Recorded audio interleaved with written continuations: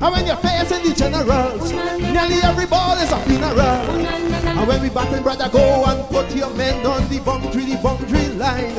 And if you give we a liquor, that is merely a hiccup. Look, you win the little battle, you lose the war. It's the same result every time. Everybody sing. Here come the West Indies. Here come the West Indies. Them rude boys gonna get you by degrees. Here come the West Indies. I tell you now, here come the West Indies. Here come the West Indies. Them bad boys gonna bring you to your knees. Here come the West Indies. Special request to the Trinity posse. And what about the Guyana posse? And what about the Jamaica posse?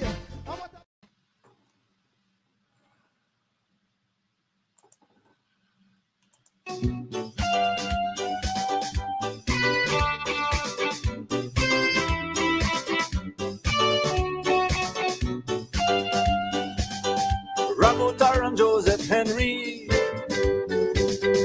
drinking to rum in unity, planning the cricket game next day. Ramotar turned to Joe and said, we can win it in Guyana.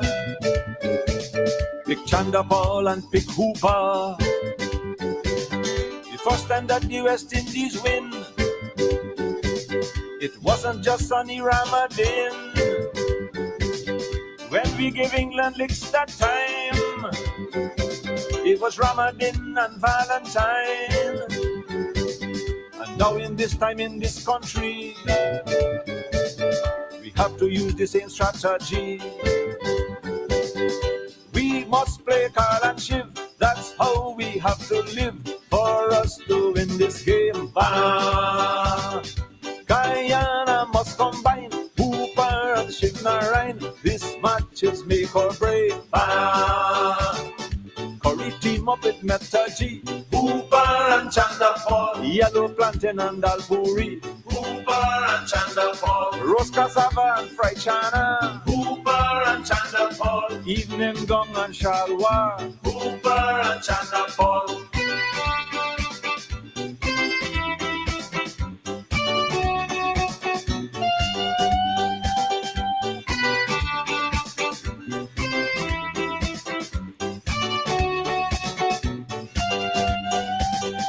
Jose boy, I agree with you. We have to play Shiv and Hooper too. Jacket and tie alone can't win unless you get Doty to join in. And in the pavilion the menu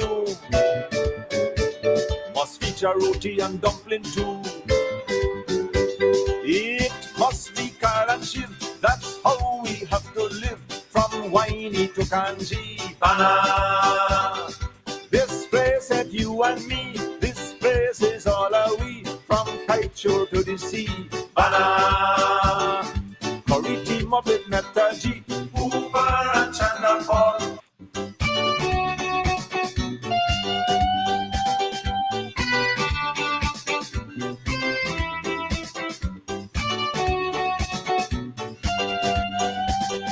Jose boy, I agree with you. We have to play Shiv and Hooper too. Jacket and tie alone can't win unless you get Doty to join in. And in the pavilion the menu must feature roti and dumpling too. It must be Carl and Shiv. That's how we have to live. From Winey to Kanji, Bana.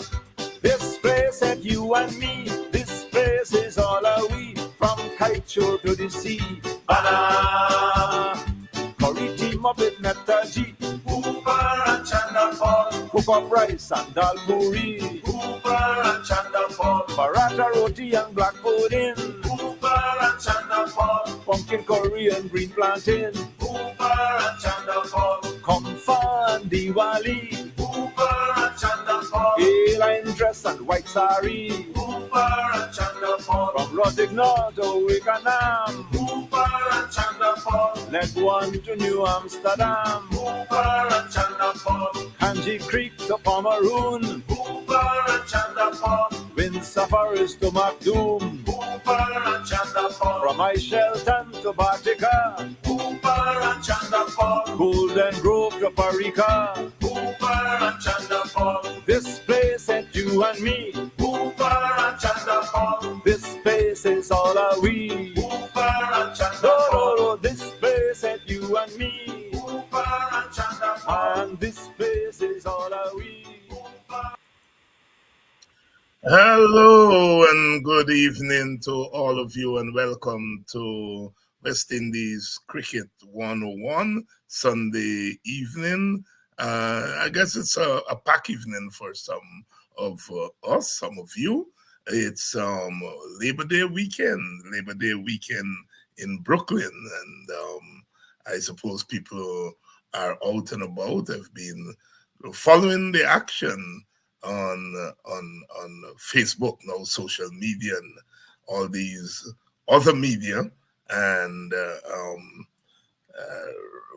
lots of parties. I noticed some pictures there, and the bishops boat ride, and this boat ride, and so on and so forth. So Labor Day is still kicking it. I haven't been able to make it out there in years. Used to in times gone by. Sunday night used to be the big night for Buxton. Used to be punchy party. Like now you're gearing up, for punchy party on a Sunday night, Labor Day. That is long gone. But there are all kinds of activities there in Brooklyn, and of course, people are having a wonderful time there. I think the parade is tomorrow Labor Day, but the niceness start a long time ago. Good evening to all of you, wherever you're joining us from. Good evening to you, Samuel, Mingo, Sandra. Good evening. Oren, good evening, the security chief forever present, joining us from Buxton. Arthur, good evening. It's a long day for you cricket fans. I know. Today was a doubleheader, early match this morning. Antigua versus Barbados, and I think St. Lucia Kings. They are playing right now. I think the Kings are playing. The Kings. Who the Kings are playing? Why you St. Lucia playing this afternoon? We're gonna get it right just now. I think they are playing. Oh, they're playing St. Kitts. Some good cricket, some good entertainment, tight matches in the early part for me. Today meant getting up early because 10 o'clock in the Eastern Caribbean is 7 o'clock in the morning where I was, and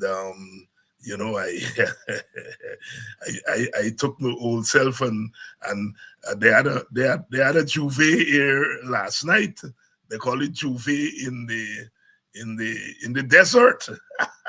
So I went out there and nice juve party. You see young people. Now you realize when you get old, them young people playing the juve story and so on. So making it back from the juve, and then to get up at 7 o'clock this morning, it took a little bit of doing. But you all know when you're a cricket junkie, really it doesn't matter. You roll over, you grumble. When the alarm clock went off, there roll over, grumble, but get up, wash my face, and ready in front. Not one and two time, but with 2020 cricket, you can't knock for too long.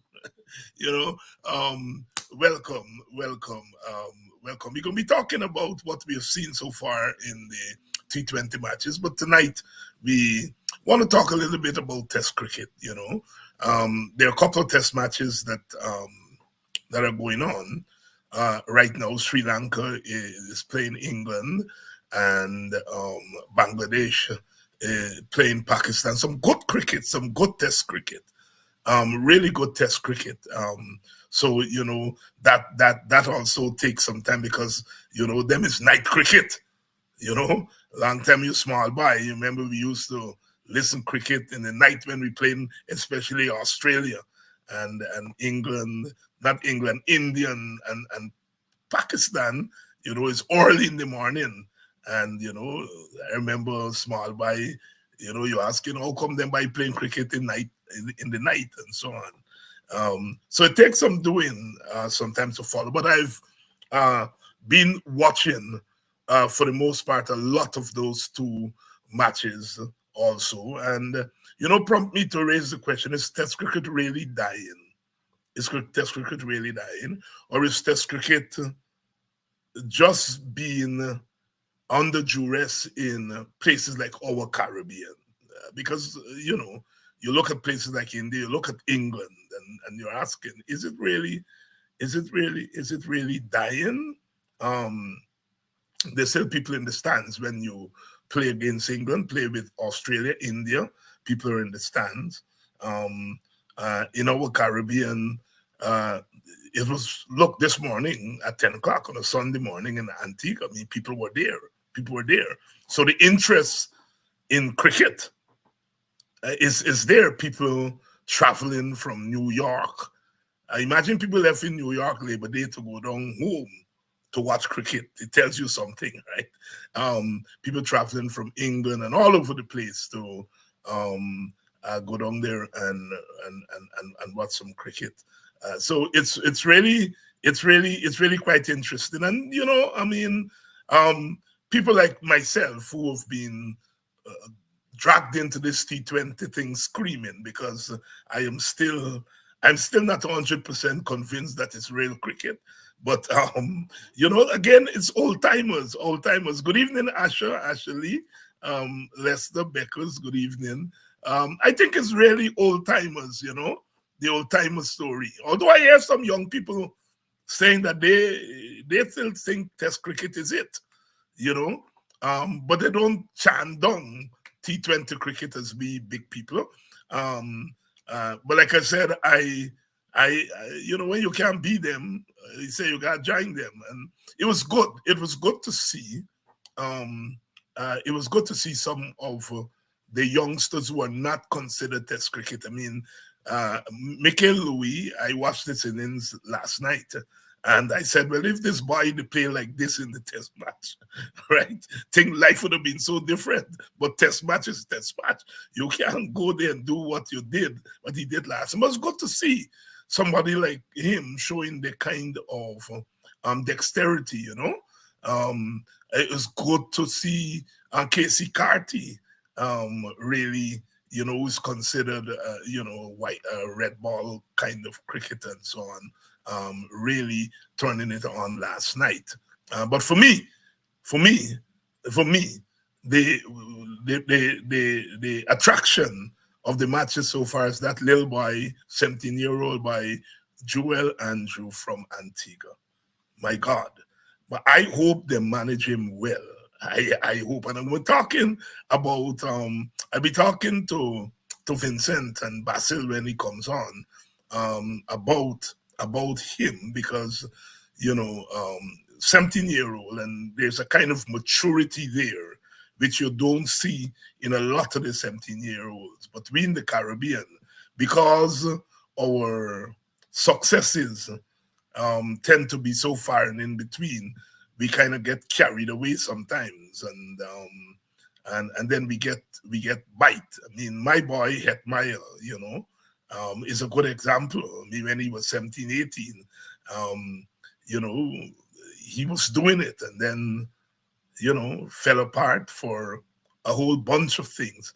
But Hetmeyer in the last T20 against South Africa, got a knock. I think Basil predicted that last week because the captain stood down and the captain took a rest. And I heard Sammy saying when he was watching Etty, he was thinking about the headache he will have, Butcher says, well, if Etty's going to get in the team, it got to be the captain's pace.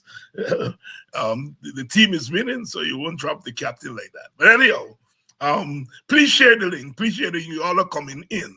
You all are coming in. Please share the link. John Phillips, good evening, my brother. My fast bowler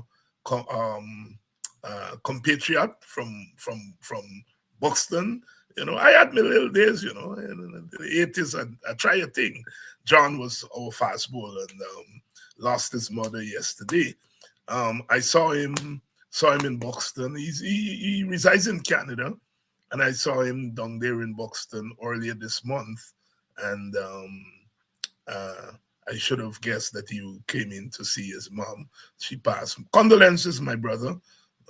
Condolences, my brother. She lived a long life.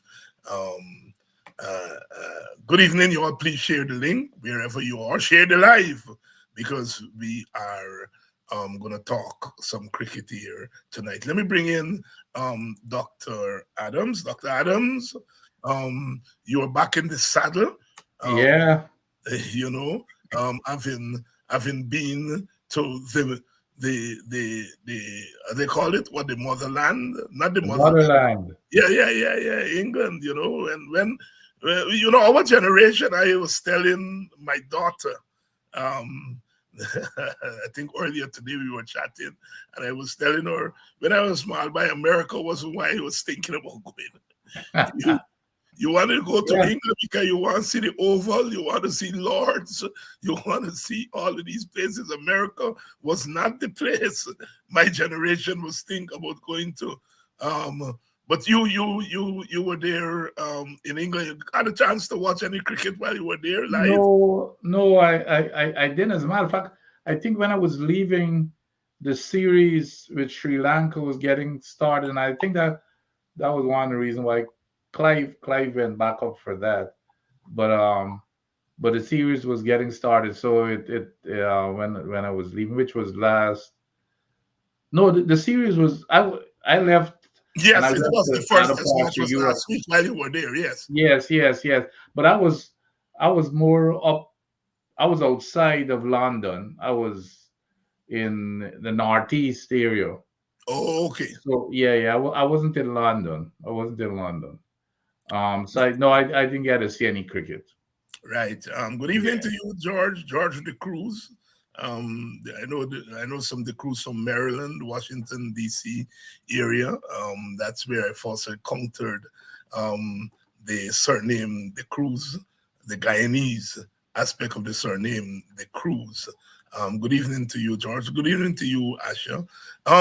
So Doc, let's talk a little bit about Test cricket, because I'm sure you did also watch some of the Test cricket that's going on. Like I said, there are two matches: Sri Lanka and England, and Pakistan and Bangladesh. Bangladesh surprise win against Pakistan. The first win against Pakistan in the first Test match. The second Test match is tight here. England got the better of Sri Lanka in both Test matches, but they weren't easy Test matches. So is Test match cricket really dying? Because being the Caribbean, it's our fear that Test cricket is dying. But is it that Test cricket is really dying, or is it that Test cricket is on the decline in some countries, while in other countries it continues to flourish? Your thoughts? Well, no question. I had predicted this in some chats that I was in a few years ago, that the Test cricket in the West Indies, for sure, and I still stand by it, it's almost dead. Especially because, I mean, you don't need any more evidence. When you look at the CPL, for example, we get all kinds of crowds. Look, people in Guyana, they've been lining up for tickets, and you know that when it comes to Guyana, you know the kind of atmosphere that happens there. So cricket has become more of an entertainment. No young folks are gonna go there, sit there for 5 days like we as old timers used to do. You walk with your picnic basket and you line up from 4 o'clock in the morning to get in. I think those days are done in the West Indies now. Surprisingly, pleasant surprise. When you turn on the TV and you look at the games in Australia and England and India and those places, they're still pulling a crowd. It's not like the T20 part, but then when you look in the crowd, a lot of it are, and I normally look specifically for that. Most of the folks are older folks, the diehard people that lived in the era of Test cricket. So I don't know what's going to happen in 5-10 years from now, but what I do know, T20 is here to stay. I'm like you, Dr. Hines. You had to, you had to drag. I was dragging and kicking and screaming to accept T20. But now it's the order of the day. Is what we have, and that's the future of cricket, I believe. So we just got to live with it. So my other, well, I prefer the ODI more than the T20, but T20 is the entertainment game right now, and that's what's attracting the crowd. Remember, it's no different to like baseball. What is it? 3-4 hours. That's what people are looking for. You in the afternoon, like what's happening in the CPL. You come from work or something, or you a Sunday afternoon or Saturday afternoon. You go, you have a good time at the ground, and it's finished within 3-4 hours. People don't have time anymore for 5 day cricket. So it's dead in some places. I know in the West Indies, for example, because everything is driven by money, and Test cricket will not make money in the West Indies. Nobody's coming into the gates, and you get some money from sponsorship and TV rights and that type of stuff, but I don't know how long that's gonna last. But tell me, what does this do for the integrity of the game itself? Because cricket, like any other sport, right? It has a history, it has a sociology about it. There is something about it that makes it the game it is. And Test cricket, of course, is what defined cricket for centuries. All right, 1-2 centuries, and now that you've moved into this new version of the game, does it really change what cricket really is? Does it change the character of the game? Well, it's like everything else. There are changes that occurs, and even if it's across generations, like I see, those the things that you've talked about there. It's interests people like you and I. But those type of things in terms of integrity, they give. Remember the younger kids of this the current generations, they they probably, like for example, in the United States, and of course, the United States hosted the co-hosted the World Cup here just a few months ago, and I don't think I've ever met anybody who just laughed at me when I told them that there was a version of a game that that is 5 days. I mean, it took me a while to explain it because they could not comprehend a single game. And especially when you think that they get wild-eyed, is when you tell them on top of the 5 days, you tell them that it may end up in a draw. So, it's exciting to us, but it's not. The generation of today, especially seeing T20, people, there are lots of them even living in England and those places may never even watch a test match because it's all about T20 nowadays, and so it's like everything else, you go through a change and then there's an evolution, and I don't think it's going to be within the next 10, 15 years, with that generation and our generation leaving the earth, it's not going to be a big deal. It's gonna, But you know. but in places like England and Australia, India. Yeah. to some extent, where they have the wherewithal, the Yes. financial wherewithal to keep Yes. the game and to Yeah. England, for example, have innovated. I mean, you have basketball now where Yep. the game is played at a frenetic pace and so on and so forth, and they have the wherewithal to do that. And so clearly the game is the test cricket is going to survive long in those countries. But does it not create a kind of, if you will, for want of a better term, an apartheid in test cricket, where you have some countries are going to play this elite. It will become now a kind of elite, where some countries are going to play this elite form of the game, and then others not play the form of the game. What does this? What how do you work that out? Well, With that kind of demarcation, if you will. everything, Dr. Hines, as you know, everything is driven by money, Hmm. commercial attractiveness. And the West Indies will stay with, as long as we've got players who could who's attractive, we're still probably going to be in the take up.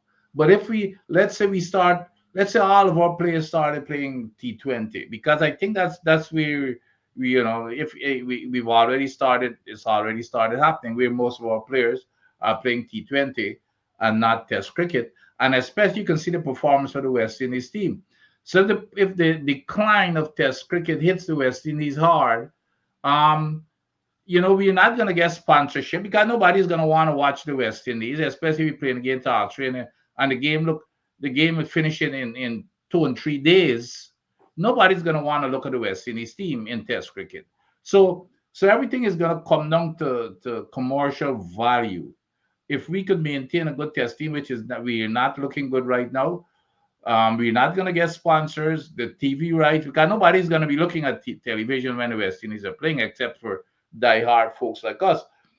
But you're right, places like India and England and Australia, they've got the financial wherewithal to come up with new ideas to attract people and keep the commercial feasibility going. But I fear for the West Indies, not only the West Indies. I think most of the poor countries, well, the Yeah, yeah, countries, yeah, yeah, most of those countries of lesser being, they're gonna find it's gonna be the same kind of issue in terms of difficulties if they can generate the cash to keep it going. But it comes down again. It comes down again to how well your team is doing.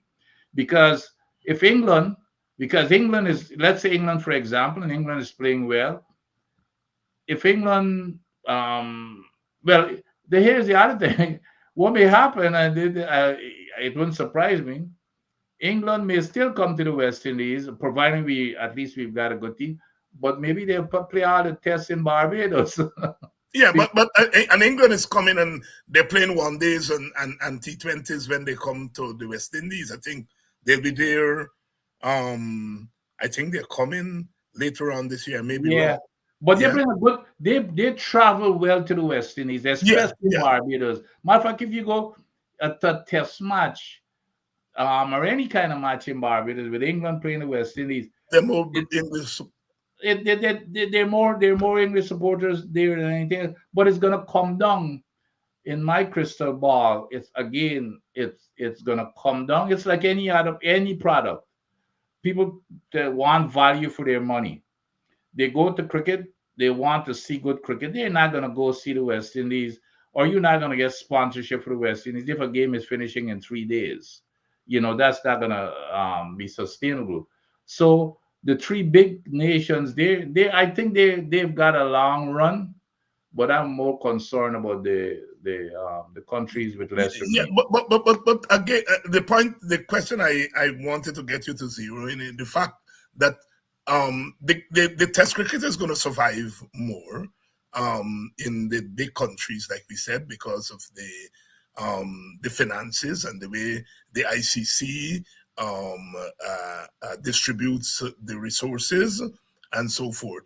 Are we not going back to the old colonial days when it was Australia and England Yep. who used to play cricket, test cricket? It was the elite sports, and the rest of the world came in later on, and there arose that sense of superiority, because they're playing the scientific version of the game while we are playing the slam blank. So I'm saying the logic that you are describing there, right, works for places like the West Indies and the kind of poorer countries.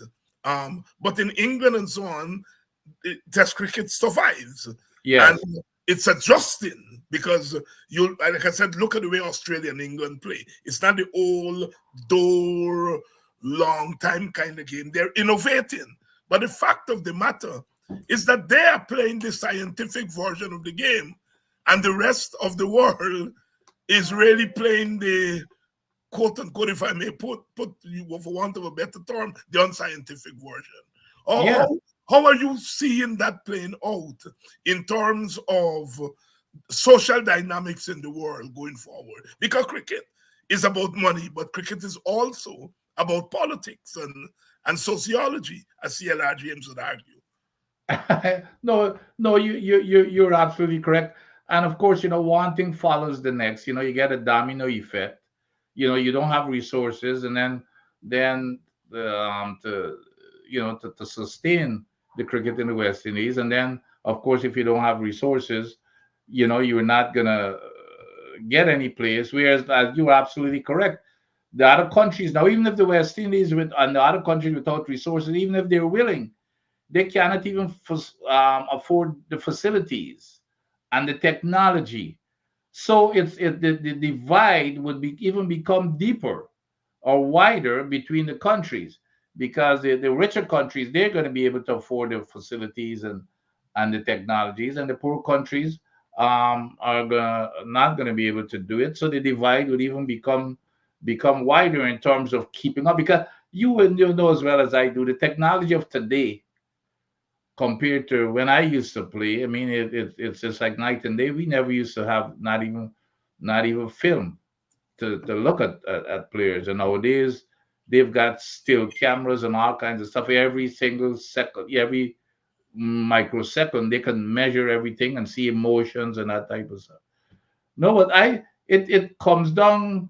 It all comes down to money and attractiveness. Putting that product out in the field.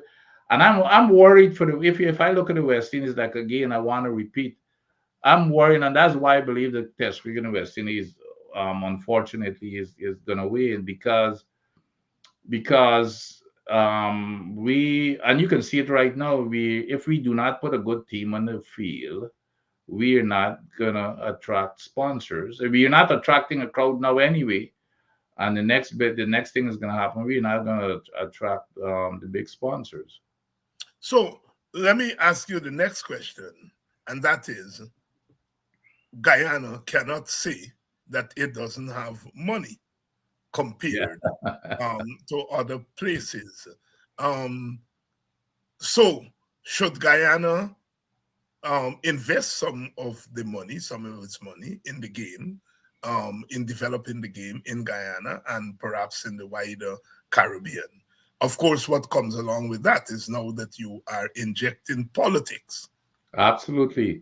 into the game, something that old timers like you and I and others are going to say, "Oh no, no, no, no, no, no, no, no, no." While we yell at the board, as we were doing last week, we talked a little bit last week about the Okay. behavior of the board, but we also said, while we would like some oversight from CARICOM and the governments, we don't want the governments to take charge. But and so I give you that as a kind of precursor to your answer to the question: should a place like Guyana, now with its financial resources, should it not do like these other countries and invest in the sport? Well, and of course, in the Caribbean, it's integration, our history. integration it's very important. And cricket has been like a religion in the Caribbean.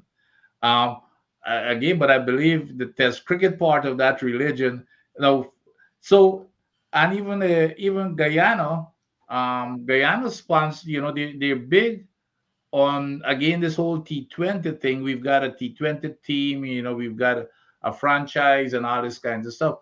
But there's always room for having that type of an integrated effort in terms of making sure that cricket stays alive.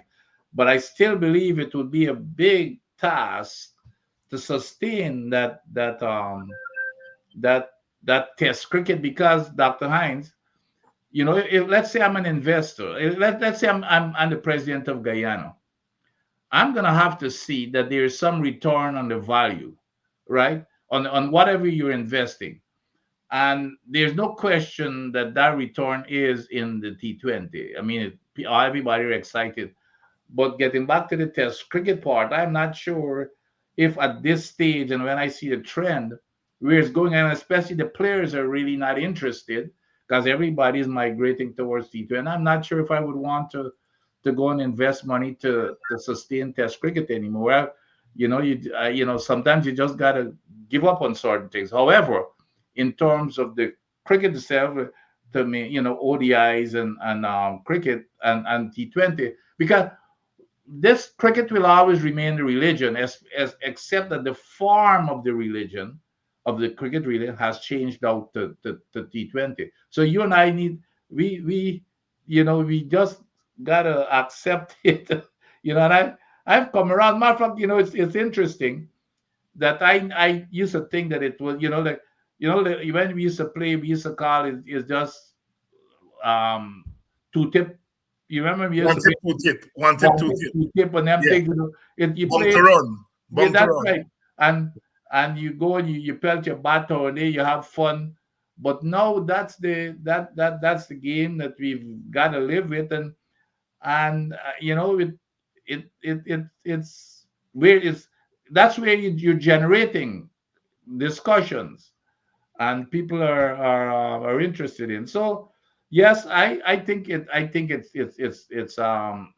your idea, which is an excellent idea, to make sure that we maintain that culture, if you will, that cricket culture.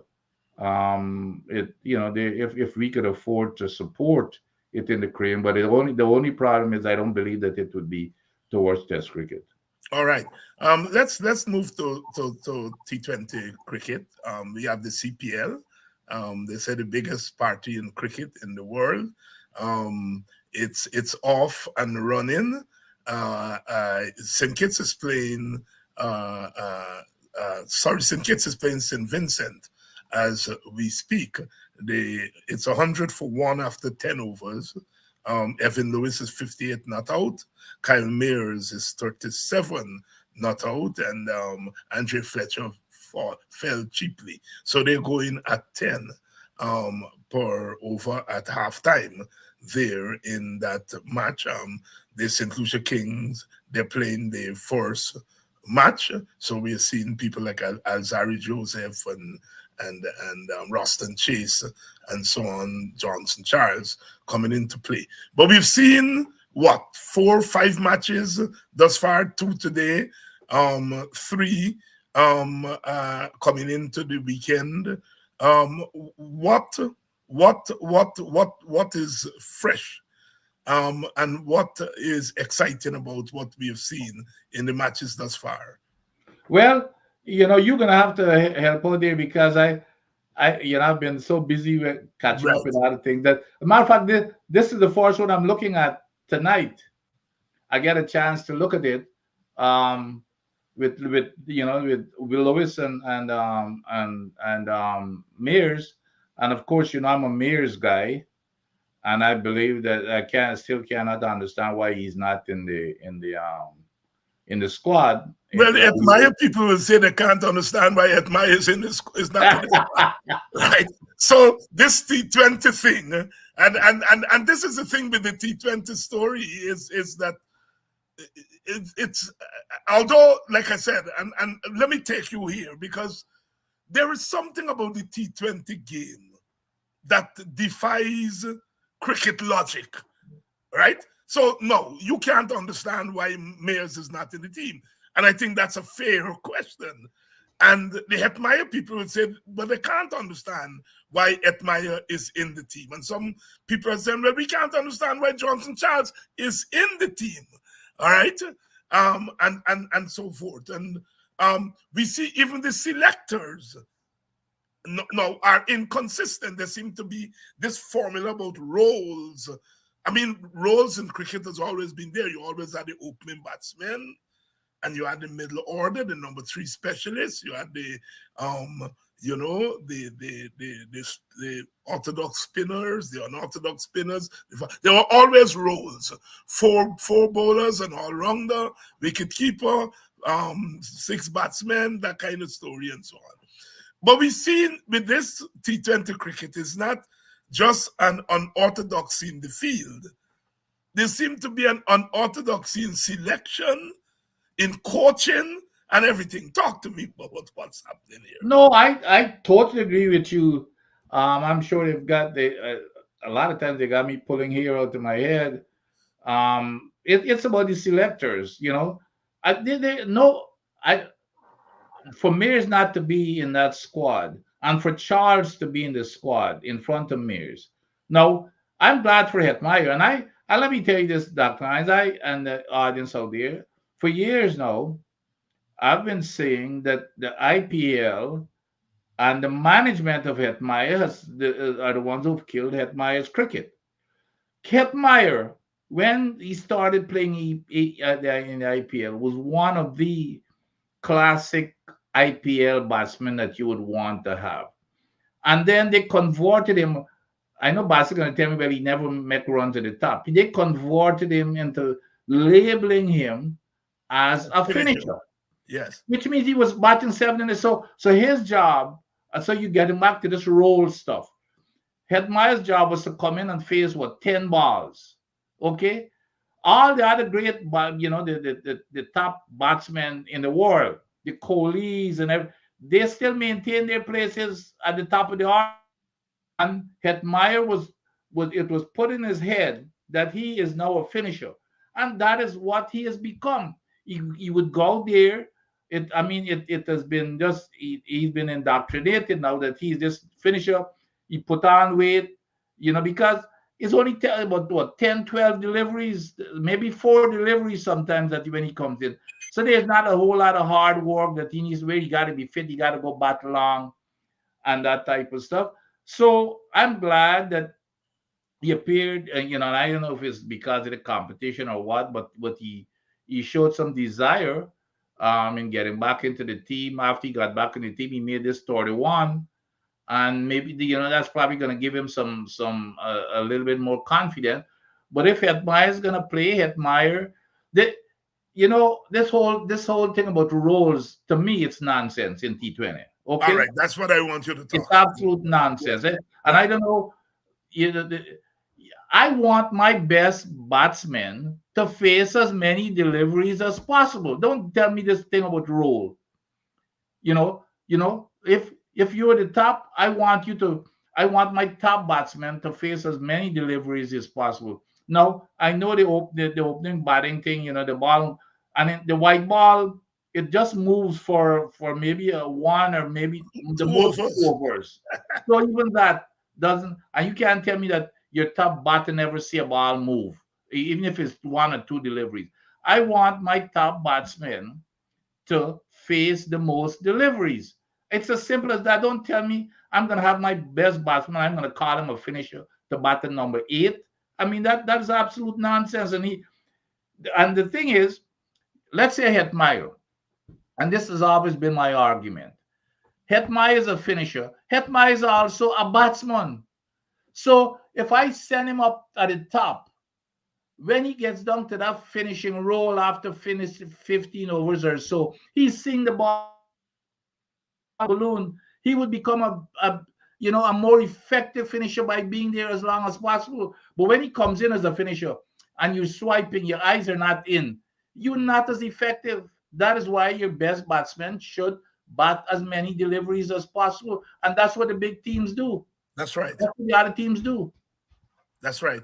But it was good to see they sent him at number 4, Yeah, and that's for him yeah, to play a normal game, and he's coming in at number 4 for the Warriors, yeah, because you're right. I think batsmen should bat up there, and the thing about somebody like Mears, right, is that if Mears opens with his bowling, which I think is underrated. People say yeah. his I think bowling, so too. his bowling is good in Test cricket, but I think his bowling is equally good in the shorter versions of the game. In fact, it's tailor made for the shorter versions of the game.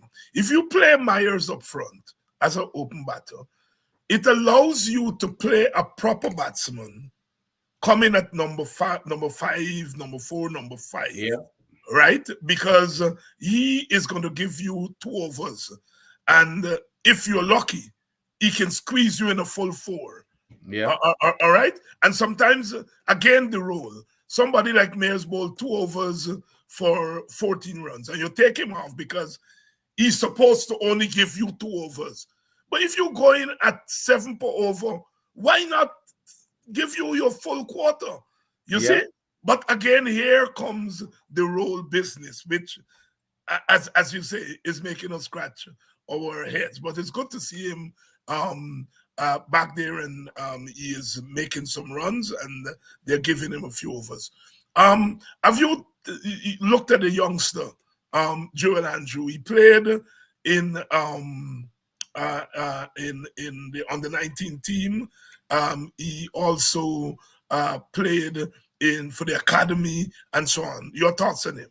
No, I hadn't seen him. Unfortunately, like I said, I hadn't caught up yet with since I came back. I've followed the conversations in a couple of the cricket chat, and it sounds as if he's very talented. But I have not seen him. I have not seen him.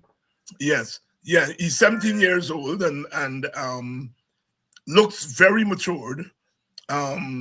And he has made some big runs. I mean, he has made Mhm. hundreds and so on, playing for the academy, and there's a lot of talk surrounding him as the IPL. He made a 40 odd this morning. He made 50 Okay. in the first match, and he looks quite composed.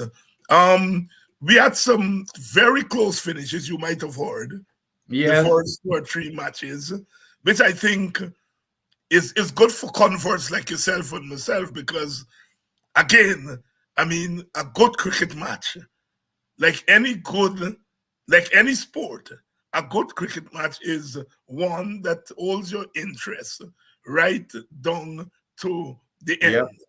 Um, is and here comes Basil. Here comes Basil. Good. Right. Are we reaching the point now where T20 is developing its own tactic, its own dynamics, and in a sense settling down into becoming quote unquote real cricket? I, to me, well, there definitely tactics. People talk about role playing, which I believe is, to me anyway, is nonsense. But anyway, so that's part of the tactic stuff. To me, the 20 overs goes so fast that you're adjusting on the fly. Of course, you got your bowlers. It's similar to Test cricket, where certain batsmen, you know how to bowl to them, what type of field to set to them. So in terms of that part of the game, in terms of tactics, that doesn't change. But this whole role playing stuff, and I don't think I will ever buy off on this role playing thing. It doesn't make any sense to me. I want my best batsman to face as many deliveries as possible. But the rest of it, in terms of cricket tactics, in as much as the game goes very fast, it that doesn't change in terms of understand knowing your batsmen, your bowlers, you bowl to a certain way to a certain batsman. They've got certain tendencies. That still remains. Basil, good evening, and we're Good talking evening. about Sorry. Transportation getting back to well, Jersey. it's Labor Day weekend in the Yes, part of the sir. world that you live.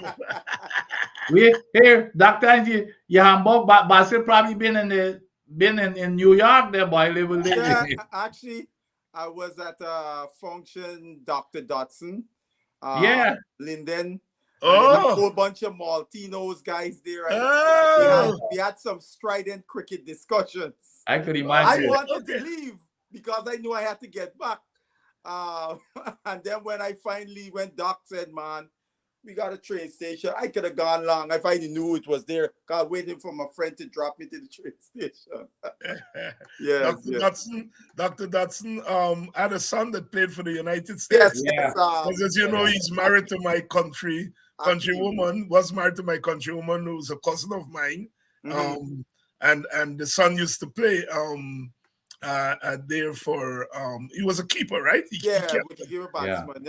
I was when we went to the World Cup in 2006. He was our wicketkeeper. right, right, right, The on the 19 World Cup, bat right. number three and wicket keep. Yeah. Right, right, right, right. Got some Buxton roots. You know, we Buxtonians don't miss a beat when it comes. I, when I, it I comes. Hey, saw I saw the opposition lead and all was there in the audience there at Dr. Dotson's today. Oh, he was there. Yes, yes. Partly he and Doc are cousins, I understand. ah, Okay, Yes, okay, yes, yes. okay, okay. But we're talking about the T20 game, and Yeah. Vincent didn't have the chance to see the early games this week. Okay, okay. Obviously, I think you did, and Hmm. we were talking about this youngster Joel Andrew Hmm. as I think. What are your thoughts on him? I think he's a bright prospect. I'm not one of those that he made. I think he's made two decent score. 50. I don't know how much he made today. 48. He made Okay, 48 because this when I morning. checked the score as I was going into the city, he was at 31, and they were falling apart. Yeah. Um, we it seems now in the West Indies, as soon as we see a bright guy, put him in the West Indies team, and we're forgetting. It's almost like we forget that the standard of cricket that our guys are playing, that is so the gap between that and the international level is so wide, and we have to be much more discerning in developing our players. Because look, I could tell you this, men ate my head off when I said Mikel Louis, when he scored his runs, a team. I was not picking Mikel Louis to play Test cricket just yet, because now Mikel Louis got some things that he will have to work on with while in the fire of Test cricket. Those things would have been seen. I saw them as issues because I didn't see no back foot game for him in the first class thing. And I was saying to myself, this guy looking to always be on the front foot against guys who bowling fast and he's opening batsman. He may have trouble, right? No, had he gone that route, he goes into the A team. You see those discrepancies in his technique. He works on it within that context. And then once he performs, and you see those performances in the A team, then you could say, so when the player gets into the international, they don't look like a deer in headlights. You see, look at England's guy Smith. Smith came into the test thing, and he was like a guy who had been playing test cricket for a while, because he has gone through a process which include playing a lot of first class cricket, right? Even though the standard between test and first class, but the drilling that you would get, as Vincent would know, the drilling you would get in that game, knowing yourself, knowing your game and those kinds of things. When you get up to the top, no, it's all about competing against them. And it's not about worrying about your technique and all the variables. And that's where we want our players to be when they get to the test level or any international level. but and I always say, if you look at when the West Indies cricket started declining, Mm-hmm. it coincided with when England started restricting foreign professional players. It Mm-hmm. started because in the glory days, most of them you with your father and Ron. the core of the West Indies team were playing first class cricket. County cricket was a big thing in England, and that's where they learned these skills, most of the skills, and they got a bat and bowl for their money too. So Yes. they inculcate that discipline because Yes. it's they're working for their livelihood. So you better perform, and then in the performing, you learn that you adapt, you get to learn those skills. But we don't get those we don't get those opportunities anymore. So it makes a big difference. So Basil is absolutely correct. To hone in on those skills, but we So, don't. Yeah, so because Basil, just start on that, yeah, Dr. Hines.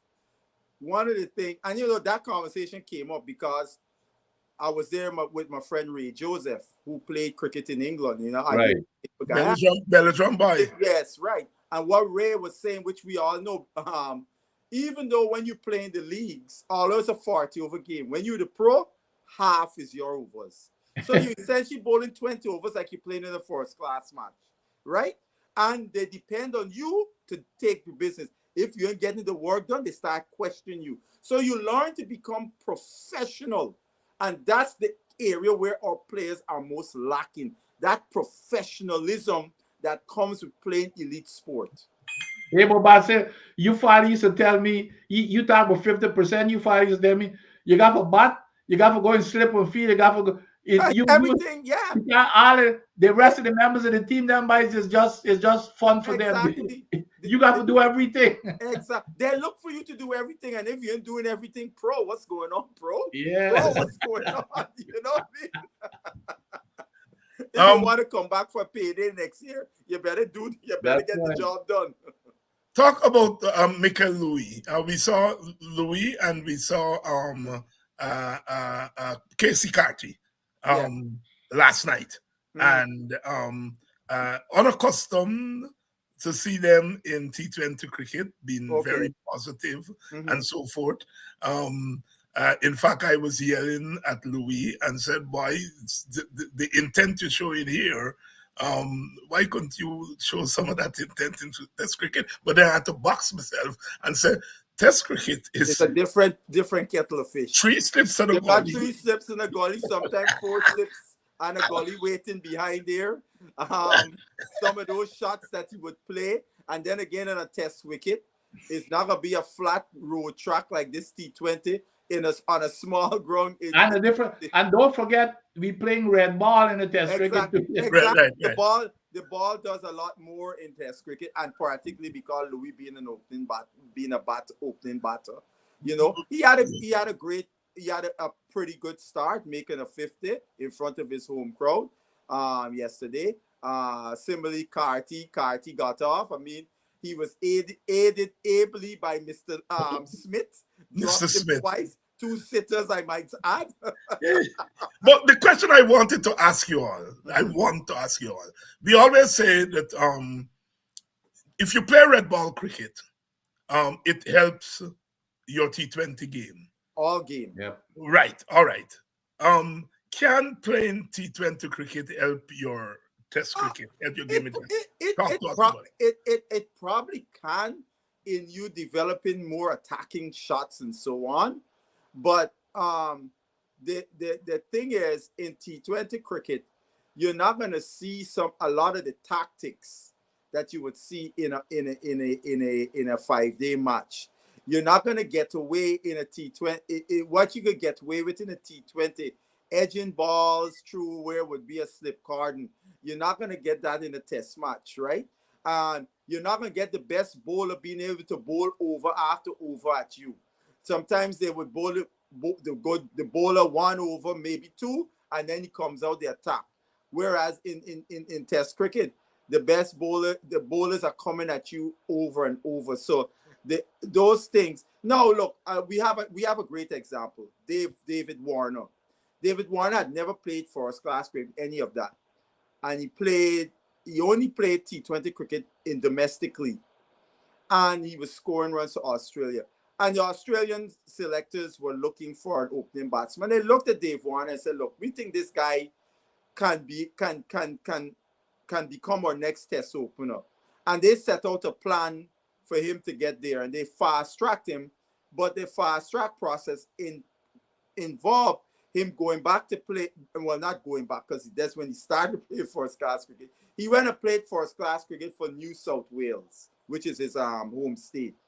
And then the prerequisite in all of this is not just playing the games, you got to perform too, right? You got to show that he performed. He got picked in the A team, Australia A team, and he scored heavily in a couple of the matches.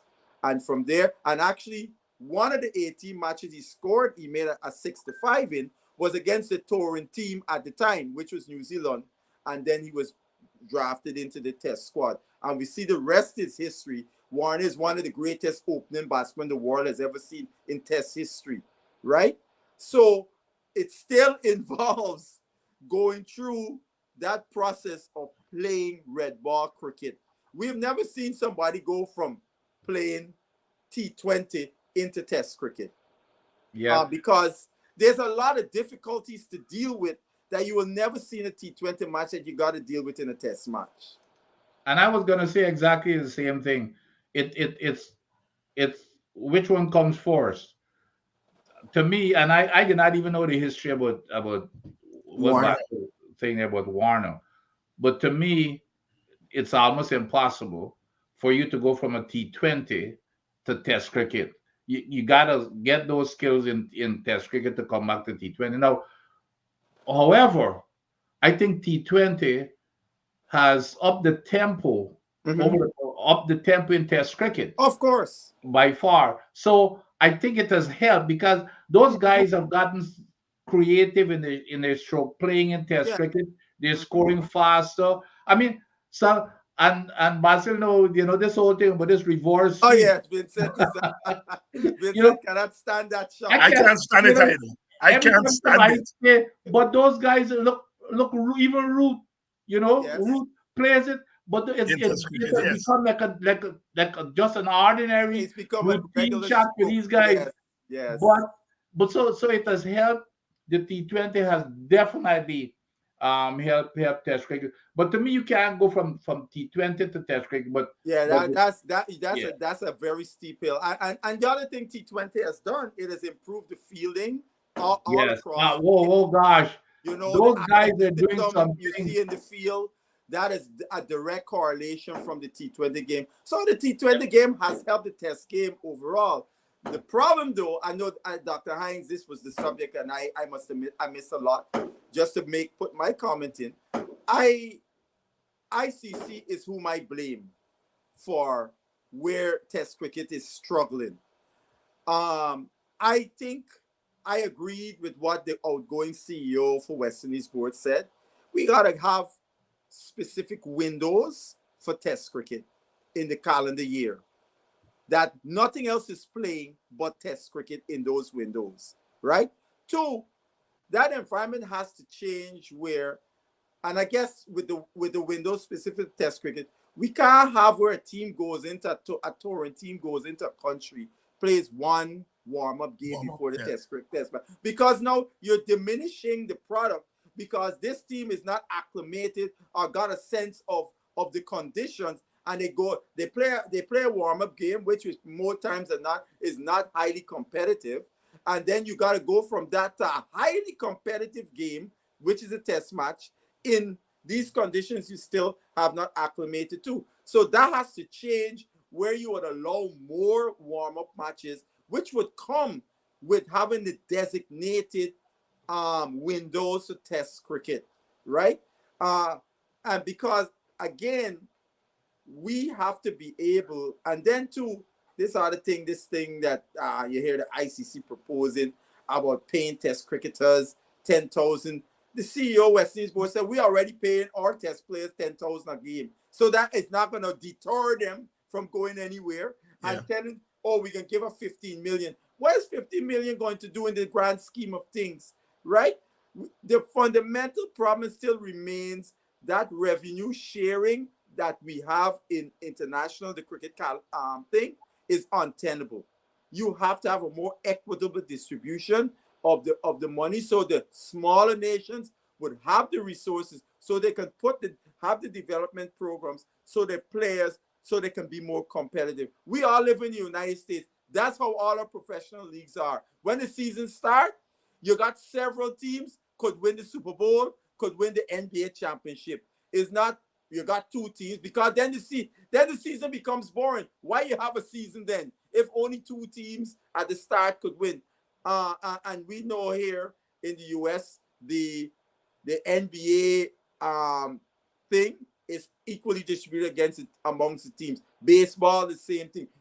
NFL football. That's why the small market teams, the Kansas Cities, San Antonio Spurs could win championships because they have the revenue to one, keep their good players and to sign top players before they would have the revenue if they never get this money from the TV deal. And that's where West Indies and all the small nations, not small nations, not outside of the big three, find themselves, you know? No, I totally agree. And this whole Basil, I don't know about this window for Test cricket, because we're moving in a totally different direction where every single country has an PL, and all of the players are going to because that's where they make their money. And this whole thing. So imagine you trying to get in a window for Test cricket. That's gonna, it's gonna be a really. But I tell you though, Vincent, if you look right, a lot of these T20 leagues are not gonna last, right? Because last year was 10 years since we got the CPL, and I think it's last year the CPL people said for the first time they now start to make a profit. Now we talk about 10 years, right? The leagues such as the IPL, the BBL, the 100, the South Africa, CPL, those leagues. I don't even think the league in the United States gonna last. I don't think so either. Because I mean, look, when you're watching the games this year, how many people were watching that? I forgot the thing was on, because as a fan, there are no players locally that I got an affinity to like CPL or any of the franchise things around the world. The people in those countries have an affinity to the local players, so they would want to see their local players along with the overseas stars, right? That's why for me, I can tell you from a fan's perspective, for me, the only T20 league I really pay attention to is the CPL, because I know the local players. I want to see what they could do. The guys in the other leagues, I don't know those guys really, you know. Yeah. So I have an affinity to the CPL for that reason, right? And so I don't see the Major League Cricket lasting. You know, everybody just see this nice, juicy market of the United States, and they want to just grab, and it's all short-term solutions in my view. Yeah, but Vasil, I disagree with you a little bit. I think, and when we were formulating this whole thing, even the ICC was willing to invest heavily. And one of the reasons, you remember when the expulsion of Usaka. Yeah. So when we were putting things together, their mantra was that the United States will be the next frontier cricket, and the reason is, and of course it's only T20, not exactly cricket, because the plan was to compete with baseball, right? And so it was a good plan. However, Basi, you and I know you've got to have, which is what we thought that we were putting together, was good management, to make sure. And then the ICC would have come in wholeheartedly and invest, and then we would have gotten investors even from India and every place else to come in, franchise cricket and that type of stuff. Because I still believe, and most of us believe, that T20 would be, especially a new game, would be more exciting than baseball. I agree. So that was the whole concept, but it has fallen to pieces because of what has happened with the management and the group that you put in place. So I still believe, I'm hoping that one day we would get to that position where we can compete. But let me touch on, and I know Basil, we let me touch on this Louis kid. Mm-hmm. And I agree with Basil that you need to prepare these kids. And I've said we need to bring certain wickets down to the West Indies, dropping prepared wickets. We got them dead wickets. We need Yes. to prepare our players, even if we got to bring in special. Like I would set up a camp, for example, in St. Lucia, where the ball, where the Ball ball bounces and so spins and on. bounce and that type of stuff when you're preparing a team. But but I believe that the Louis guy, the one thing that I like about him, and Basil knows that I talk about this all the time. When you get to that level, cricket is 90% is mental. And the guy has shown me some things there in terms of he's got some mental toughness. Now, if they can tighten up in his technique, the guy Yeah. has the desire to bat long. Yes. You got stickability. And and that's the one thing that I like about him, which is the Yes. same thing, by the way, that I liked about Chandra Paulson, Mm-hmm. but I don't know what has happened to him.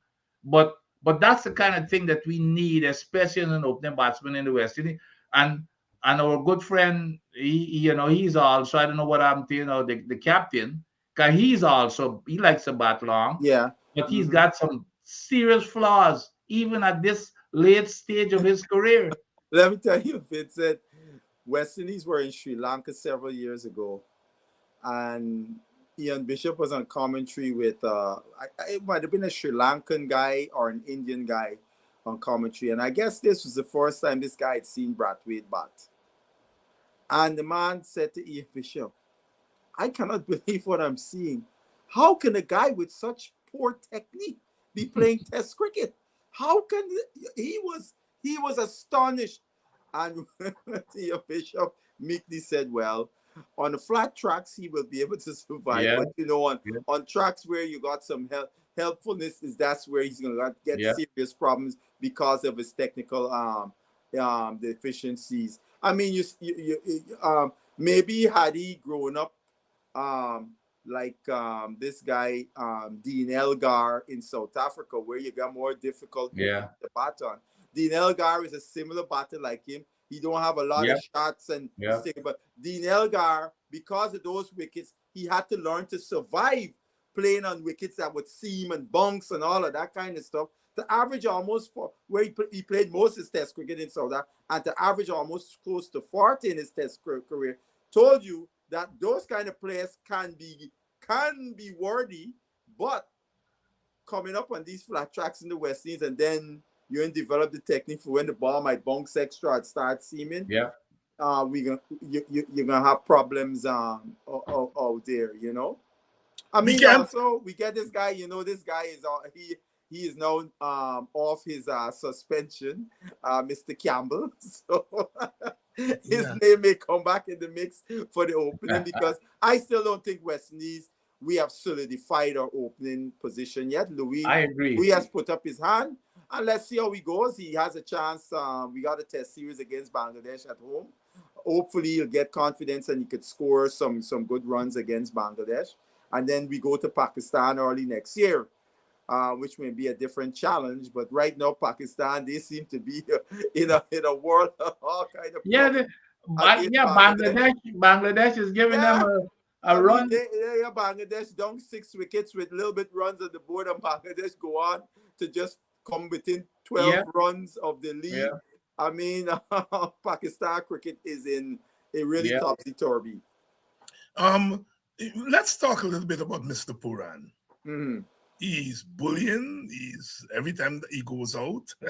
Yes, It's not you're not asking if he's going to score or how much he's going to score. correct. And He's gone to that stage, yeah.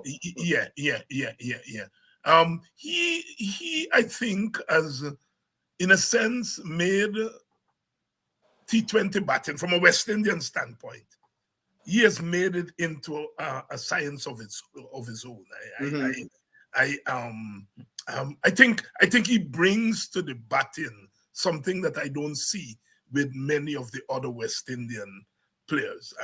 I see it with the Indian players in Mhm. the IPL. Mhm. I don't watch too much of the Australian Big Yeah. Bash and so on and so forth. But I think Puran, has brought something. I have my doubts that if he were to play Test cricket, whether he would be as dominant. I had my doubts. I am beginning to question myself now. The more I look at him, Mm-hmm. um, I am wondering why he does not, or somebody doesn't work with him to become an all-format player. Am I? Anyhow, you all talk to me. I would look. Puran has sent a lot of mixed signals over the years, right?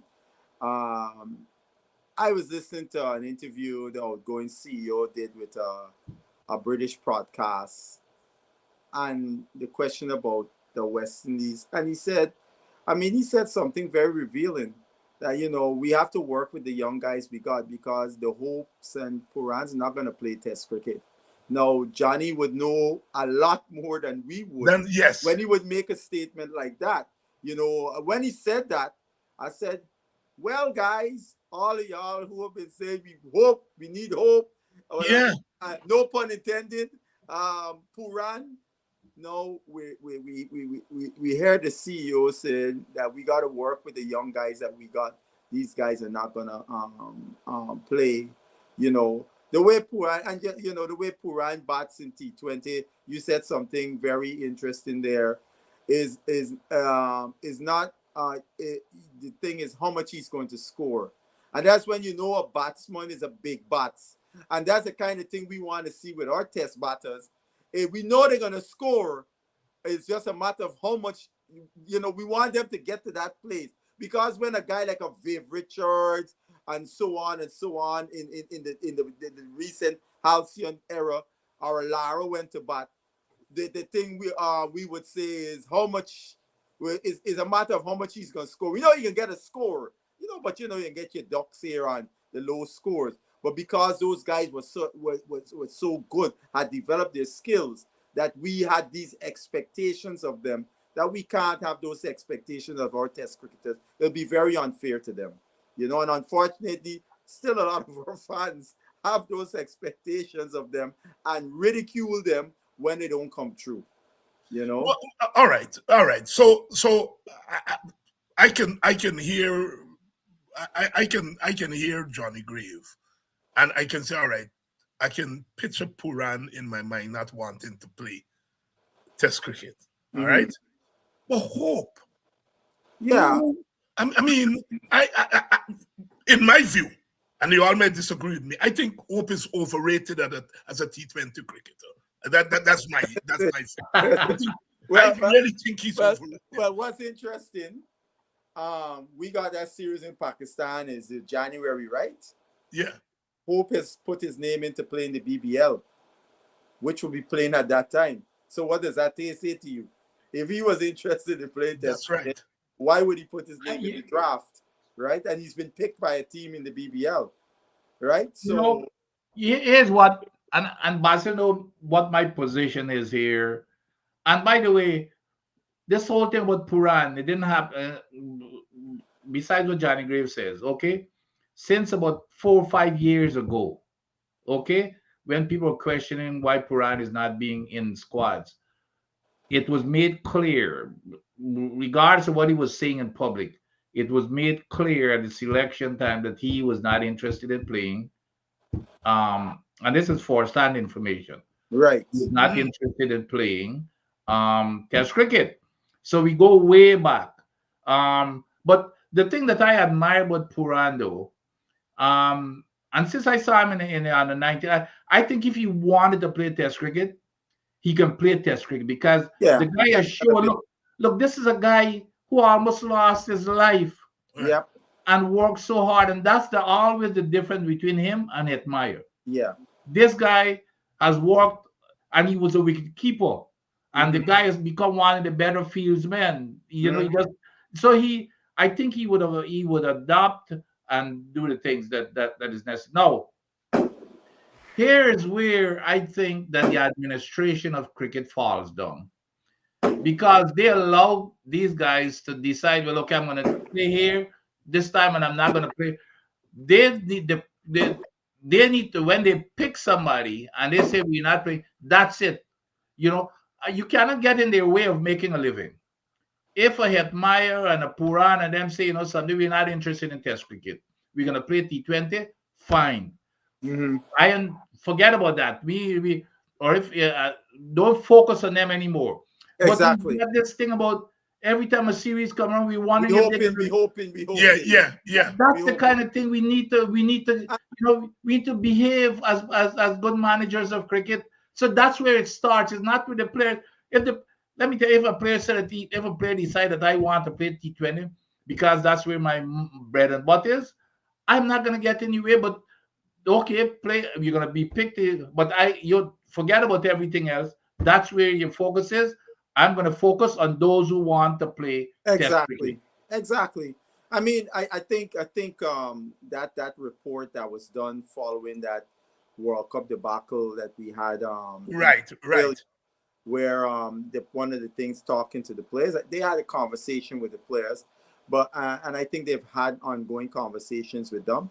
Uh, but that's something that has to be nailed down, and I hope they would be doing that. Look, Hetmeyer is just interested in playing T20, or he's just interested in playing T20 and ODI. Now, if Hetmeyer says I'm only interested in playing T20 and ODI, we got to say here, Hetmeyer, we also expect you to play in the Liste regional tournament, That's Right. right. right? That's Absolutely. part of this. That's part of the deal, Yeah. right? Similarly with Mr. Puran, are you going to be playing T20 and ODI? Well, we expect you to participate one in the state tournament we have, and 50 over tournaments when we have 50 over series, because you can't expect you to turn up to want to play just when the World Cup is around the corner, because you're building a team over 2 years or so to towards the World Cup, right? That's usually the time the team building their pools. That because look at South Africa, they came down and 8 of the guys who started in the World Cup final were not in the team that came to play against West Indies, and almost all 8 of them are in the The CPL. CPL. Yeah, right. So the South Africa coach said, "What are we doing here? We're trying to expand the pool, because I mean, a guy like a David Miller, we're not sure if David Miller is going to be playing the next World Cup. David Miller is 35 years old or so, right? So we got to widen up our pool with an eye towards 2026. We didn't do that as West Indies. I thought we could have. Why a guy like Johnson Charles was there is beyond me. And why Kyle Mayers was not in that squad is beyond me. And the other guy, I think they had okay, you didn't pick Kyle Mayers. There's another guy from Barbados, a youngster named We Kadeem come. Allen. Kadeem Allen, no, Oh, Aline. Oh, yes, that the that boy big beats. left-handed He guy. beats ball. Yes, we took him to Nepal. Now, why don't we start looking at him? I want this T20 team to be headaches, right? Because the competition, because now that Brandon King hasn't been playing because of the injury, now some other guys say Brandon King, but no, buddy, I gotta giddy up. All right, must find myself inside out. Could find myself outside looking in. And those are the things we want to see, and not the same thing. Because between me and you, the captain of the team, he gotta make sure he perform, Yeah. Yeah. because in my view, as I said, he was the man who was keeping Hetmeyer out to the side.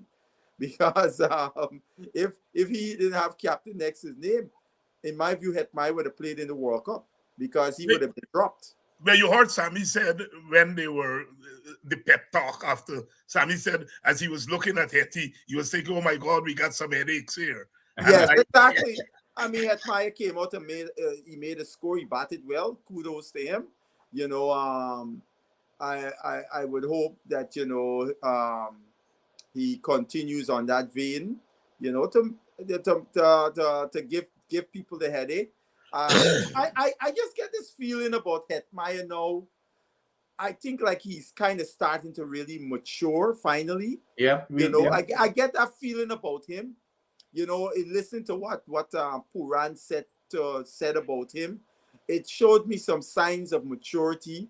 And I'm not conflating that lack of maturity with this, but I'm glad to see he ain't coloring the hair in every freaking. Oh, Jesus Christ. you Oh, my you God. know, you know. Hey, by the way, you just mentioned they Mears is on 91 not out. Yeah, the beating ball, 191, 198. 98. So Yeah. Right, you see, I made a statement about Mears because I went and I did some research about Mears. Because as you remember, Dr. Hines, I was one who advocated he should have been in the World Cup squad. Right. And you know, you look T20 environment, T20 is a little different, than any of the other two formats.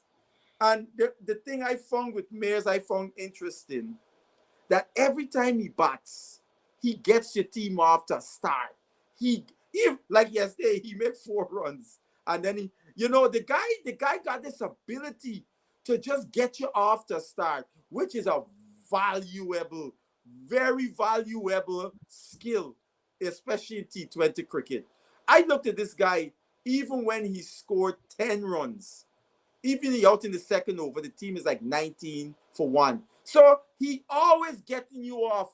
So a guy like that, in my view, you got to keep him in the team. And I was listening to something what Vincent was talking about the roles. And I agree, because and I'm going to use an analogy. When New England Patriots were the great Super Bowl winning team, one of the unique things about New England Patriots, Belichick,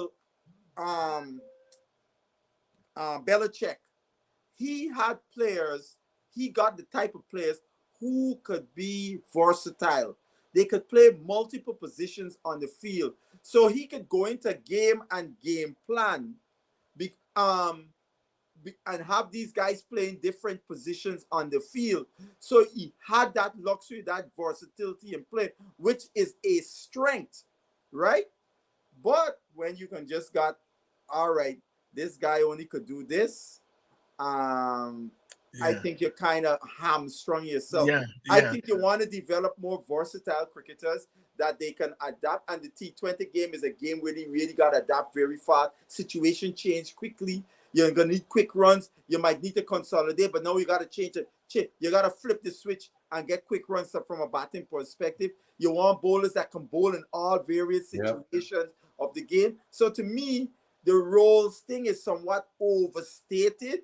I think it's about developing versatile players to play roles, but not this role, this guy get picked just for this role, so therefore he can't bat and that kind of stuff. I think that, to me, that weakens your team rather than strengthens your team, in my view. Am I missing something, Mr. Butcher? Well, Doc, you said you didn't look at the early games, but I noticed Akil Hussain was left out last night before the night before. Yes. Inexplicable.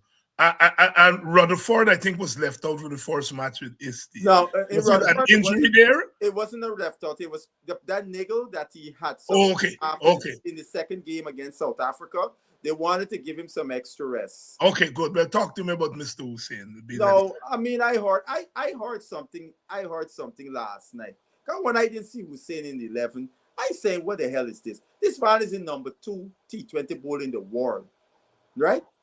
I hear somebody say, because the number of left-handers in the team Trinidad played. I don't give a freaking thing. Hussain, this bowl to left and right. Yeah. You know what I mean?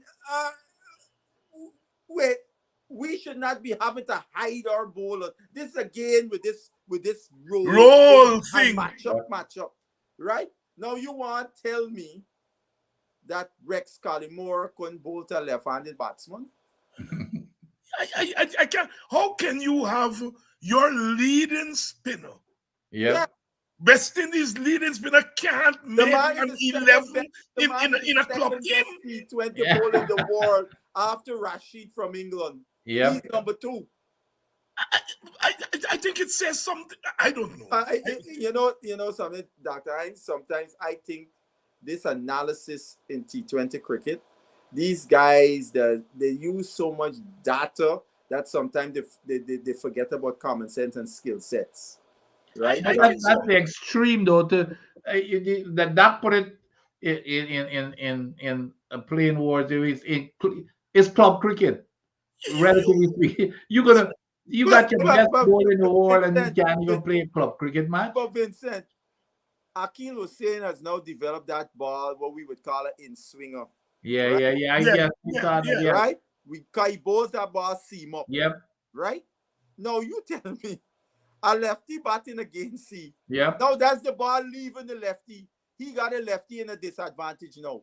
yep, Because always when the ball leaving the batsman is the more difficult ball to play than the one coming in, right?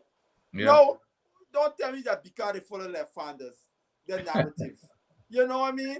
It's just like this height. Sometimes you're hiding an off spinner because it's all right-handed batters Right-handers, waiting yes. for left feet. The It's lefty got to to be come in and you something bring else. on the off spinner. To me, it's got to be something No else. man. It's nonsense. I mean, I love Ian Bishop. I think he's one of the best. But every time I hear Bishop Yes. talk about matchups, I said, Yeah. Ian, Bishop, Bish, stop that nonsense about Yeah, matchups. You know? That's where the development of players' skills to as they coming through the system as a coach is. So I just use a little template. You're coaching batters. You would say you look at all the skills that a batter needs to have to play at the elite level. You look at all the shots, the strokes they would need to play. So your job now is to facilitate the development of all of those things as the player going through the pathway, right? That's how, because it's like you're building a house and you're looking at all the ingredients you got to have to build this house, or you're cooking a meal or whatever that you want to develop all these things. And I think that's not something that I don't think our coaches are thinking about when they look at a player from 13 or less than 13 as you're going to bring this player up through the pathway that you want. Because your goal is saying that, look, by the time this guy gets to 18, this guy should have all these requisite skills. So from that point on, he or she, they are now refining those skills at a higher level, right? But they must have, the goal should be by the time they get to those kinds of ages, they got all those skills already. And look at the guy from South Africa. Look at the guy from South Africa. But I think is 18. I would love we would get a few 18-year-olds like Mapaka. Exactly. But Basil, I think this whole thing with left-handed, right-handed matchup is a bunch of nonsense. If there's only now we hear about these type. Well, if you got a left arm spinner, left arm orthodox spinner, you don't want to bowl against a left hand batsman. Like you mentioned, like Hussein and them. Nowadays those guys bowl the arm ball. So Rex Collymore, you mentioned Rex. Rex, used to do that type of stuff. So this whole thing about left hand, right? If a left hand, but you see the other damage it does is when if I'm a lefty and you're limiting me, you're putting it in my head that I only could bowl the right-handers. You only could bowl the right-handers, yeah. Yeah, that kind of thing never used to, in our day. Gary Sobers, you think Gary care whether you are a right-hand spinner or Ron Kanai care whether you're a left-arm leg spinner, Basil Butcher. So this whole thing, like you said, it's an overkill on their thinking, and or there's no thinking as far as I'm concerned. If a batsman is good enough, whether it's left hand or right hander, he's damn good enough to play any kind of bowling. Yeah, because the other thing too is the skills. So again, if you're you're talking about youngsters, you got a young little boy going bowl left arm spin. You gotta help him to facilitate develop Absolutely. Threaten both edges of the bat, both right and left. Yeah. So from 13, he is developing the skills, or 11 or whatever, to both right and left-handers and threaten both edges. Yeah, But yeah, yeah. But here's where even that falls down, because even I, as a right-hand batsman, I used to prefer the ball that leaves me to give Mhm. me more room to play my shot. So certain batsmen, you come into them, they play it better. Certain batsmen, you come into them, that's probably That's their true. weakness. Yes, That's yeah, very yeah, true. yeah. This whole That's very true. stereotype, this whole stereotype Shea about Hope is a great example of that. The that's ball right. coming into him, destroy Shea Hope. That's exactly correct. So this whole stereotype about a left arm spinner can't bowl to a left arm batsman, it's nonsense, because it might be the left hand batsman weakness for the ball coming into him. Yeah, yeah, I can't fathom it. I mean, Lance Gibbs took 309 test wickets. Militaron took about what, 700 and something. 800. 800 bowling the ball coming into you. What is this nonsense that in He cricket, bowls a boat. you know, the Yeah. ball coming into you is a liability. Yeah. I Exactly. don't understand it. I don't I mean, understand. let's look at the guy from Australia, Nathan Lyon. Yeah. Nathan Yeah. Lyon Yes, is look at Nathan Lyon. monitoring where he bowl a douche That's run. right. And Nathan Lyon has had an all-time. And the thing about Nathan Lyon was interesting. Nathan Lyon was not a cricketer of high pedigree coming through. No, Nathan no. Lyon made himself a great bowler with the hard work he put in. And if Nathan Lyon could bowl to right and left hand batters Yeah. with equally effectiveness, no, I do not like that. You know what it reminds me a little bit of, Vincent, in Mm. baseball, where you get a relief Yeah. pitcher. So if you got a left-handed That's batter, right. you're That's going right. to bring in a left-handed relief pitcher. Maybe that's where they're getting these That's where silliness they're from. actually getting it from. Those Well, matchup things is direct out of You're right. baseball. That's probably where they're getting it It's from. directly out of baseball. But now I can ask the question. Mariano Rivera, I mean, he's the all-time great, right? Mariano Rivera, whether you're right or left-handed, and you know what he's throwing. You knew what he's one pitch he throwing, but why? That's right. He used to pitch it in the area. You could never Yep. get the middle of the bat. Yeah. And he used to break your bat, right? So, I mean, we got to be a little more sophisticated in how we develop our players, that we have more versatile players to play in all situations. Yep. I before we go, I want you all to zero in on this. And I noticed it since last season, Mhm. and I noticed it this season. The Amazon Warriors, they got off to a start. Pretorius brought it home for Oh, them. yes. But when you look at the Amazon 11, you only have four proper batsmen. Four No. proper batsmen. A whole set of all-rounders and bowlers and so on. You all talk to me about that. What's going on? I asked my friend, I got a friend that does work with them. Is Ayub there? I want to know if Ayub, the Pakistani who led the team in scoring last year, Yes. if he's there with the team. Because if he's there with the team, I hope it's some niggle as to why you would play Azam Khan and not play Ayub and let Shea Hope go. Let Gorbaz go behind the stumps. Yes. Or Shea Hope. Either one of them could go behind the stumps, right? Because both Gorbaz and Shea Hope are wicket keepers, right? Because in my view, Azam Khan find himself on the bench because to me the position is between Azam Khan and Pretorius to play in the 11.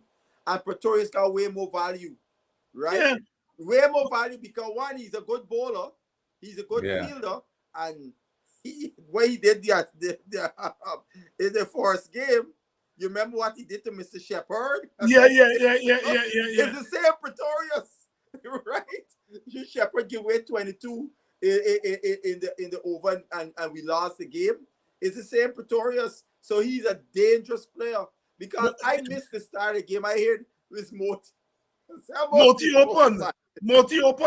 Yeah, we try to do like my man Sunil Narayan, but Moti right. Sunil Narayan is a different character. Yeah. Sunil Narayan has got the job done up top. Yeah, Chemo Paul played as a specialist batsman. What's going on with he Chemo? didn't bowl a single ball. What's going on with Chemo? Is his fitness? I don't know what What? I hear. That air, Dr. Hyde, thank God, though, we got the dub. We got the W. Because of one fight, I said, well, look like this one going down the line. You know what I mean? Because I was very disappointed with Mr. Hetmeyer because I was cussing when he get out. I said, Hetmeyer, come on, man. You was the man that got to guide this ship through, you know? Come on the back foot and get bowled down. Rather than play with a straight bat. Yes. Looking for whips the ball and miss everything and get bowled down. But tell me, Kevin Sinclair can't make a Warriors 11. Here, the question I also asked my friend is to check for this.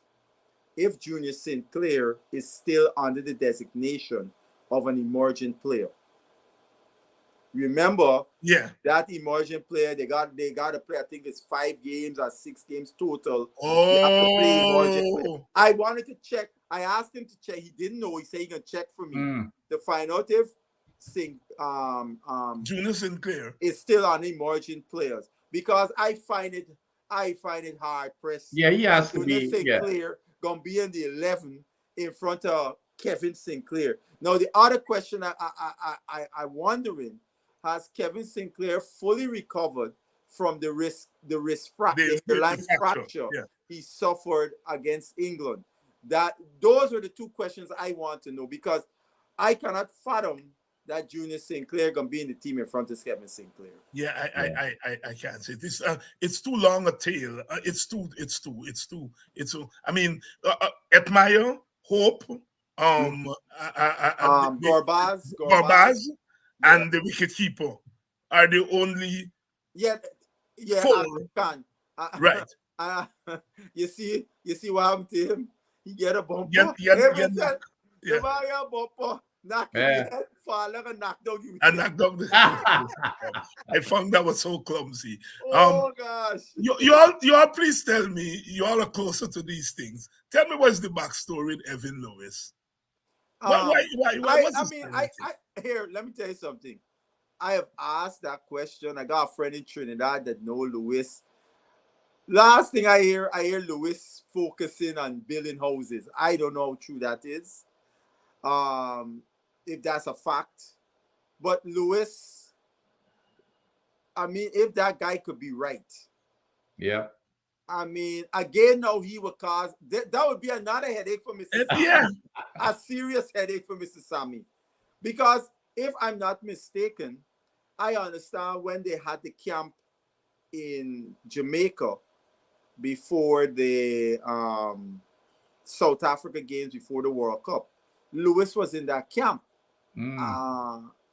So, and I must say, I have not seen Lewis this slim in a long time. Yes, I saw him. Yeah. I was so happy when I saw him. You look good tonight. Oh yes, and I saw some of the old Lewis in some of the shots he played last night. I don't know what he was thinking when a man bowling and got a left arm China man bowling. You don't know which way it's going. You can't look up in the air and look for that.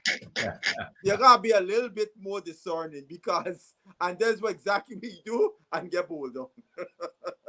You look good tonight. I don't know what is the story with him. You know, as a friend of mine said, Lewis is a different kind of guy. yeah. And the Trinidadian commentators, Fazir Mohammed and all them, they seem to dismiss him. You know. Because they should know more than the rest of us. When Lewis was in his pomp, I would argue this. He was our best white ball batsman. Period. And I thought he should have been playing. He was our best white ball batsman. Period. Yeah. You know. Yeah. I thought with his technique, and a guy with that talent, that guy with that kind of talent, you know. This is still, to me, this remains one of the issues in West Indies cricket. We don't know how to deal with different type of characters. We don't have the kind of resources, difficult characters that is. we often brand them as ill-disciplined and throw them away. And we got to get the kind of resources, whether it's lifestyle coaches, etc., that are sports psychologists that would have the tools of how the guide how you would deal, how and to help with those kind of characters. We continue to do like soon a man, if a man talk hard back to you, he did discipline, throw you one side. And we live in the United States, and we see in professional sports very difficult characters get all the support from the team and they pan out. Yeah, I think we've lost some. I mean, I remember Joseph. Oh yeah, Lyndon Joseph is a great example. Oh man, great! Every time I remember that guy. Oh yeah. Oh yeah. My, I mean, the guy. Though there many would argue that he was probably one of the most talented all-rounders since Gary Sobers. Yeah. I mean, here a guy could bowl at 90 miles an hour and come and bat in the top 6. Wow. Yeah. And it's just, you hear them say he was difficult to deal with. Who is not difficult to deal with? There were factors with that. And again, if a guy like that had the proper people to guide him in terms of, like, say, life coaches, and because all of us come from we come out of different environments. Yeah. Certain tools we may not have picked up along the way of how to deal in situations, and that's what life coaches can help somebody who missing certain tools, how they learn to get them to teach them these tools they can use in all various situations in life, but we still a little bit behind the 8 ball, because in my view, those kind of life coaching skills people should be starting when we are youngsters at age group 13 and less. Because if a kid comes out of a working class poor home where he living with the mother, and the mother focusing and trying to put bread on the table, so she not able to spend the time and so on and so forth, a kid could miss some things along the way, right? Especially if you don't have an extended family. And now today, it's no longer like the times when we grew up, where it was the real village used to raise the child, because anywhere you went, any adult could put ups you and you would take your ups in. Even in our country and the Caribbean societies, that's no longer is their parent, and they might get somebody to help them, or they may not. Got to fend for themselves. So now a youngster like that come in, talented, don't have certain life skills, and may behave in a certain way, and we look at the child and say, I need discipline. Throw the child one side, right?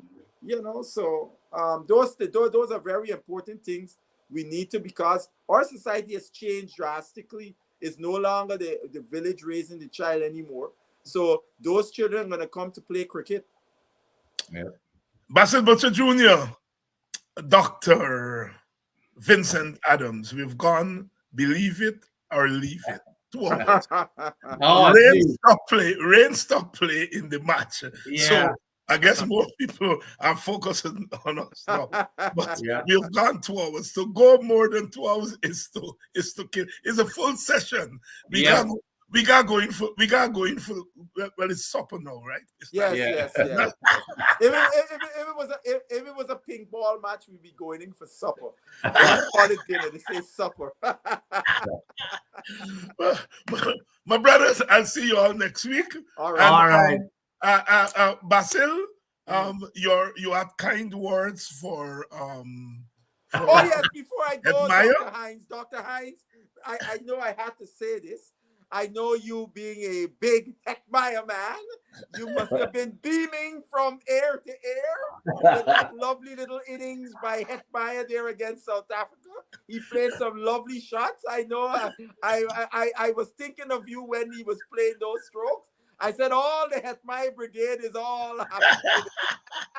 Yeah, but Basil, I've been, I was traveling, someone looking at the chat.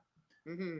And some of our guys were saying, "Why, like, he got a lucky seed in his pocket, or you remember, or in the innings, it sounded as if he, Can't middle the ball. Can't middle. Can't Yes, middle he the was. ball.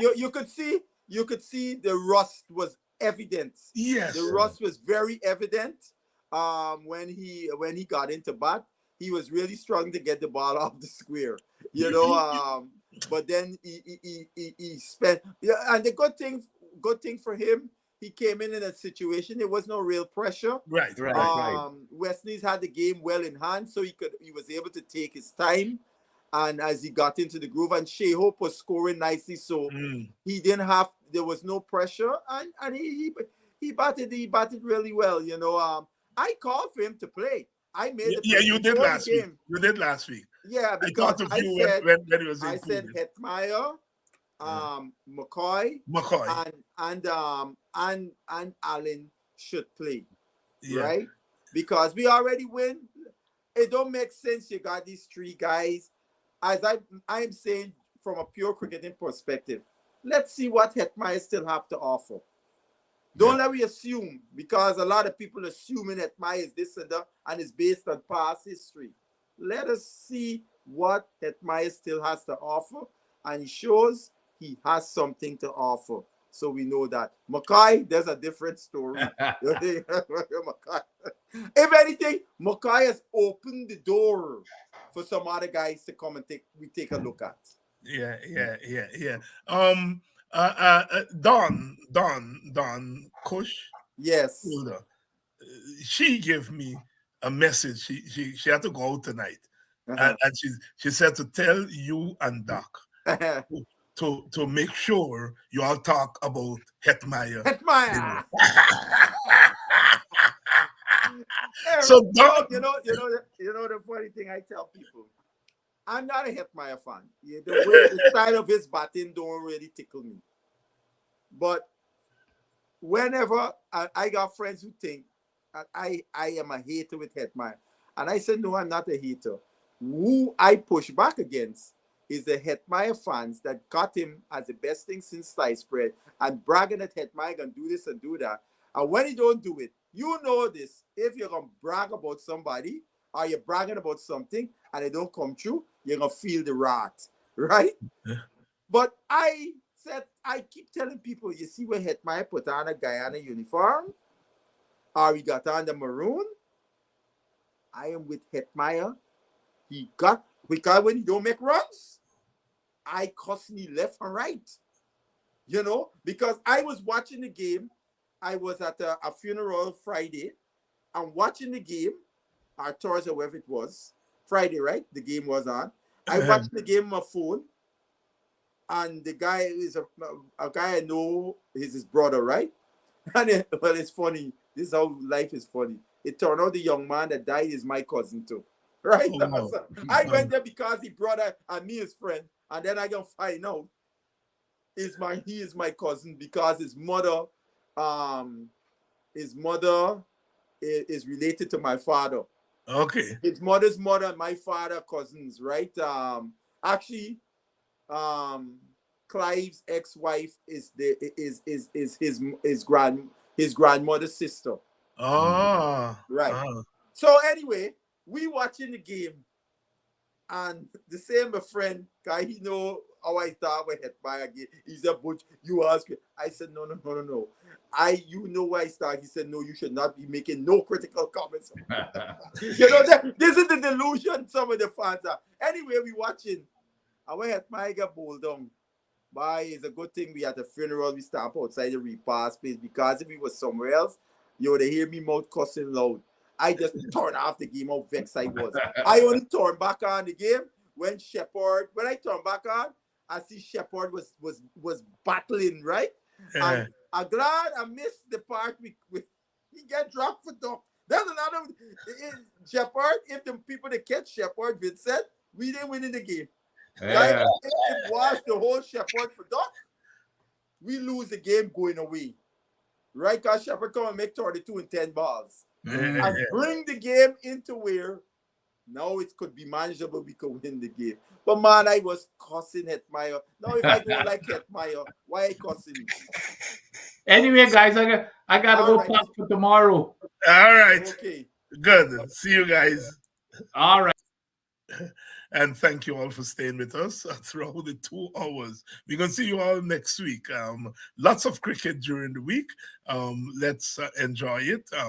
We're still waiting for a West Indies T20 competition. I think that's long overdue to give our young. I'm seeing some foreign players who are not as good as our players, and they're getting into these franchise teams. Of course, it's business, but I would like to see a West Indies T20 competition, and the CWI is saying it's on stream. I hope they don't mess it up, that they manage it properly, because of course that seems to be the pipeline now for our players. See you all next week, Sunday, when we come back for another edition of West Indies Cricket 101.